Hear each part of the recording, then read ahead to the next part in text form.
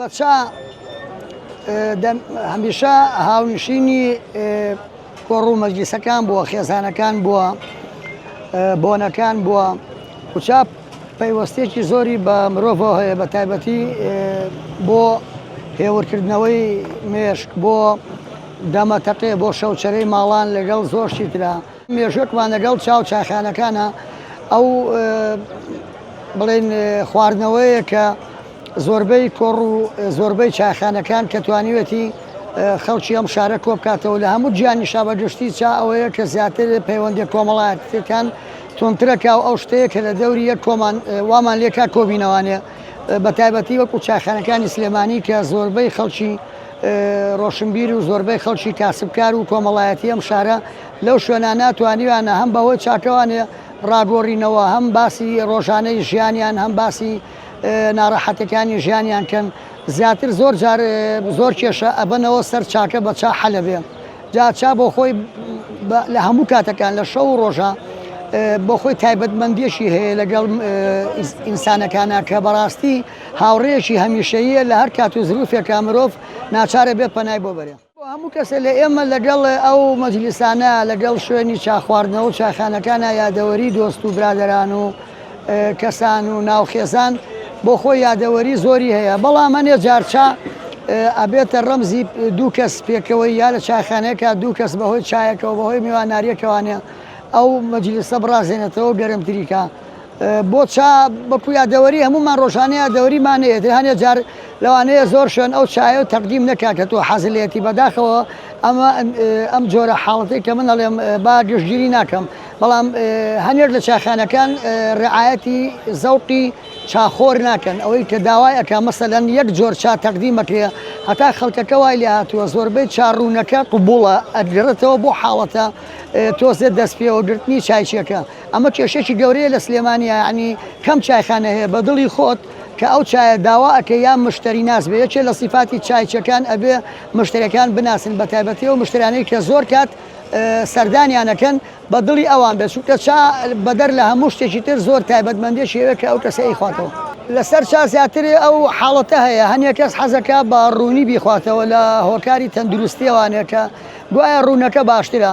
بەڵام هەنێک دوای نان خواردن حەزی لە چای خستە یا بەهۆی ژێرە کێشانەوانێ ئەو حاڵەتە زۆر هەیە لە بینی خەڵکات تەوزیع بوون بەسەر چەند بەشێکە.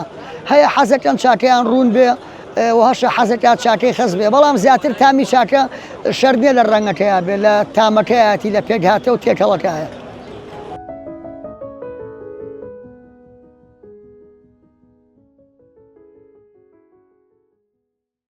نوعەتێکە لێقین و چۆنێتی لێنانەکەی ئاسانە.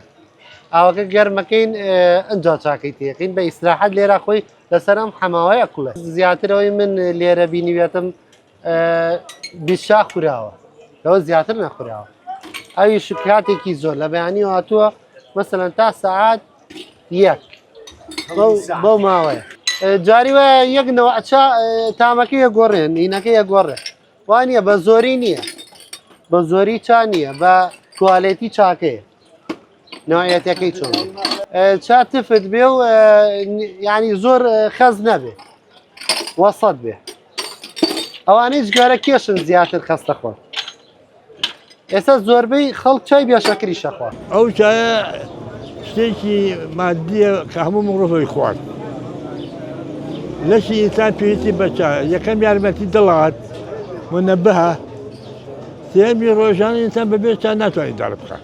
شتێکی لەگەڵ تنوشتێ لەگەڵ لەشی ئینسانە خۆراکە، خۆراکێکی دائیمیە، کاتی نییە. تا دە خۆراکێ کاتی، بەڵام چای دائیمیە، خاصەت ئەو چایەکە لە سیلان و لە ئەفریقاوەی. خۆم حەزم زۆر لە چاوە.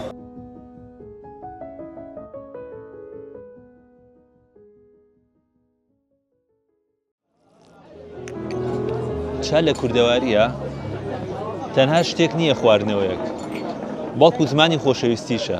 قسەیەکەی ئەڵێ بە کوردی ناڵێین خۆشموێت، ئەڵە چایەکە بۆ تێ بکەم، چا هەرچێکی لەسەر بڵێ کەمە، چا هەر شتێک نییە بڵێ ئاوا دانیشمەی خۆمەوە، بێتاقەتەکە بیرەچێتەوە، تۆ ڕێی بیرتەچێتەوە.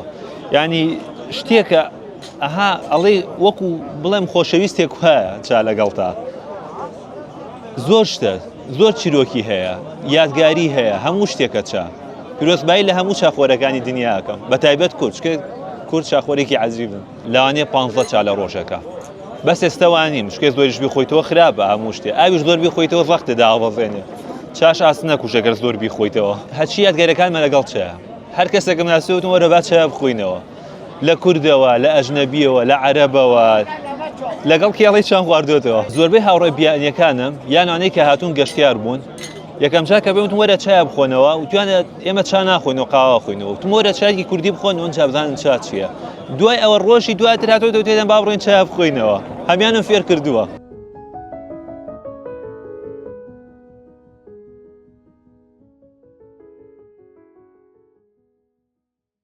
کوردستان بەم هەموو خەیرانەوە بەم هەموو نەهامەتیەوە هێشتای لە دڵی منە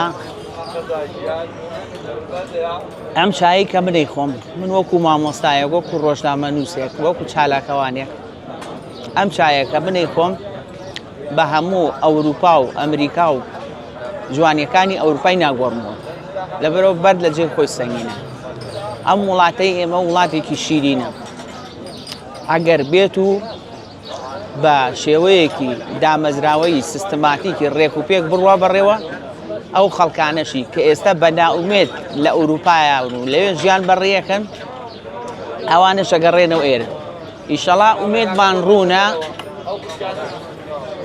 داهاتوومان ڕوونە کە ڕۆژێک دێت ئەو خەڵکانەی بە شێوەیە لە شێوەکان گەشتنوێتە ئەوروپا و ئەمریکا و بەریتانیا یەنەوە ئەم خاکە پیرۆزە من هەموو ڕۆژێک ئێمە ئەم جێگەیە ئەم چایە ئەخۆم لە سەرای سلێمانی لەژێر ئەم سێبەرە خۆشەیە ئەم چایەکە منەی خۆم وەکوتم بە هەموو ئەوروپای ناگۆڕمەوە چکە ئەمە شوێنی باو باپیرانمە ئەمە نیشتیمانە ئەمە خاکە ئەمە هەزارەها شەهیدمان بۆیاوە هەتا وەکو گەیشتوین بەم ڕۆژە ئا لێرەیە بە خۆشی و شادی بژین ڕۆژێکیش بووە لەم سەرای سلێمانیە ساڵی هەشتاکان نەمانوێراوە لا بکەینەوە دوای خۆمان لەبەر ترسی ملازم محسینەکان من بەو پێی مامۆستام و 30 ساڵە خزمەتەکەم 5 ساڵی یەکەم لە ناوچەی پێنجوێ نابووم چای کەم ڕەنگیان خواردۆ ئێستش حەزم لە چای کەم ڕەنگە ئەگەر بتەوێت تام و لەزەتی خۆی بمێنێ